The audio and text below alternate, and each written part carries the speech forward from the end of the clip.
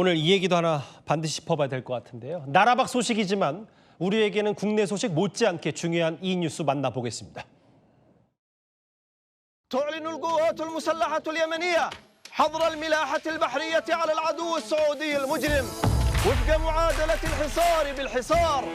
Oil flows through Bab el-Mandeb reportedly rose to around 5.4 million barrels per day in the first quarter of 2026. It already serves as a backdoor channel. We take care of things. If something like that happens, we take care of it. 예, 호르무즈 해협에 이어서요. 홍해까지 우리의 양대 원유 수송로가 모두 막힌 것 같습니다. 중동 전문가 박현두 교수 나와 있습니다. 교수님 어서 오십시오. 네, 안녕하십니까. 일단 지도를 한번 같이 살펴봐야 될 것 같은데 왜냐하면 호르무즈까지는 저희에게 익숙한데 네. 지금 사실은 저 호르무즈 막히니까 사우디아라비아를 가로지르는 저 원유 파이프 수송로까지 있고 지금 홍해로는 다니고 있는데 저 예멘에 후티 반군이 지금 저 바브엘 만데르 난베브 해협을 막겠다고 엄포를 놨잖아요. 네. 지금 어느 정도 홍해가 막혀 있다고 봐야 되는 거예요? 그러니까 지금 실질적으로 공격을 하면은요, 막지 않는다 하더라도 가는 배들을 공격하면 선박들이 갈 수가 없습니다. 그렇죠. 근데 호르무즈하고 똑같아요. 예. 호르무즈도 사실은 안 막은 듯 막힌 거잖아요. 지나가면 공격을 하니까 배들이 못 가는 거고 마찬가지로 이렇게 되면 배들이 못 가는 거죠. 그래서 지금 근데 호르무즈는 다른 데로 갈 데가 없지 않습니까? 근데 그렇죠. 여기는 위로 올라가야 합니다. 그렇죠. 스웨즈 운하로 해가지고 다시 돌아서 와야 돼요. 예. 그러니까 석유가 오기는 오는데 시간이 최소 2주 이상 더 걸리는 거죠. 그렇죠. 그게 이제 문제인 겁니다. 2주라는 그 엄청난 시간이 네. 더 걸려서 우리가 우회할 수밖에 없는 건데 네. 위로 올라가면. 근데 지금 저 예멘 왼쪽에 네. 후티 반군이 지금 주둔해 있어서 네. 계속 본인들이 이제 봉쇄를 하겠다, 실제로 하고 있다, 6척도 회항했다 이건데 후티 반군이요. 이란의 혁명 수비대보다도 강하지 않다면 뭔가 미군 자체에서 진압이 안 되는 거예요? 근데 이제 문제는 뭐냐면 이쪽 지역이 항상 우리가 공격을 할 때는 공습만 얘기하거든요.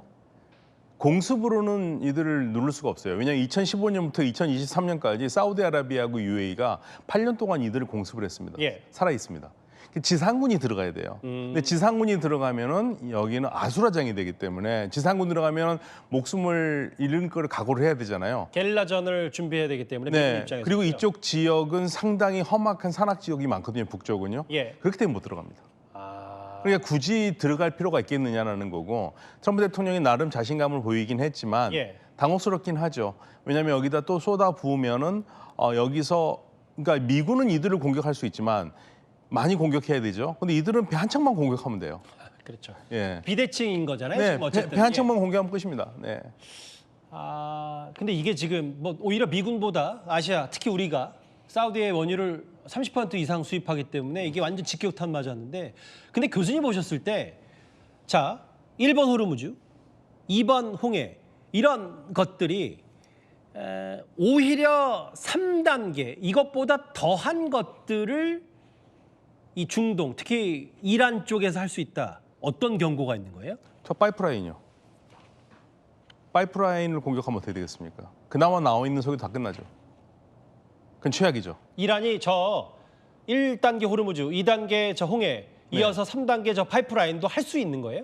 미국이 공격을 심하게 하면 이란은 하겠다라는 각오를 가지고 있어요. 그러니까 이란은 저 파이프라는 얘기는 하지 않지만 만약에 미군이 이란의 핵심 시설을 공격을 하면 우리는 주변 국가들을 공격할 수밖에 없다. 그러면 석유 시설, 담수 시설 다 포함되는 거죠.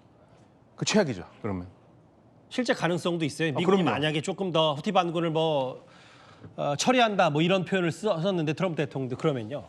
네, 충분히 가능합니다.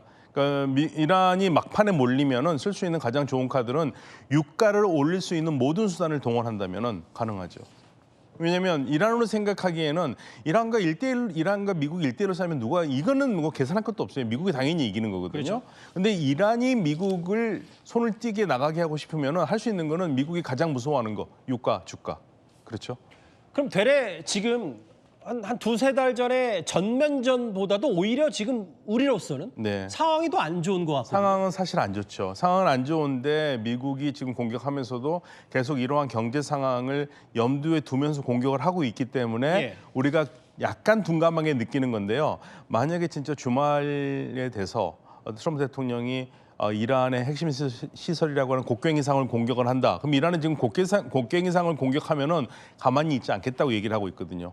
엄청난 보복을 하겠다고 그러는데 그런 상황이 된다면은 상당히 심각하죠. 다시 한번 지도를 부탁드릴게요.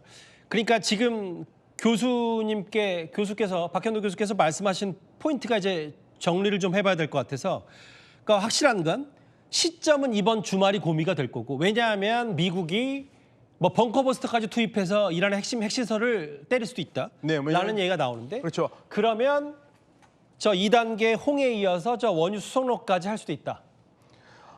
그러니까 만약에 지금 이란이 한 얘기입니다.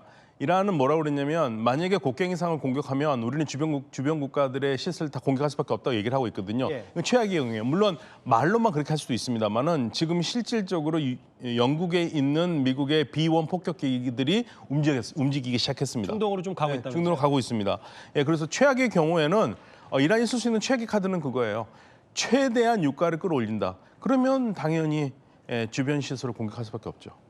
그러면 그건 이미 남아 있는 답이에요. 뭐 미국뿐만 아니라 우리나라 뭐 우방국들도 지금 앉아서 나갈 수밖에 없는 노릇이네요. 그러면. 그렇죠. 그러니까 미국이 만약에 공격을 하더라도 이란이 그걸 하지 못하도록 막을 수 없다면 최악의 상황까지도 올 수 있죠. 그럼 가정을 해야 됩니다. 보시면 저희가 네. 워낙 긴 거리를 이제 원주 수송로를 돌아올 수밖에 없어서 지구를 보여드렸어요. 평면이 아니라. 네.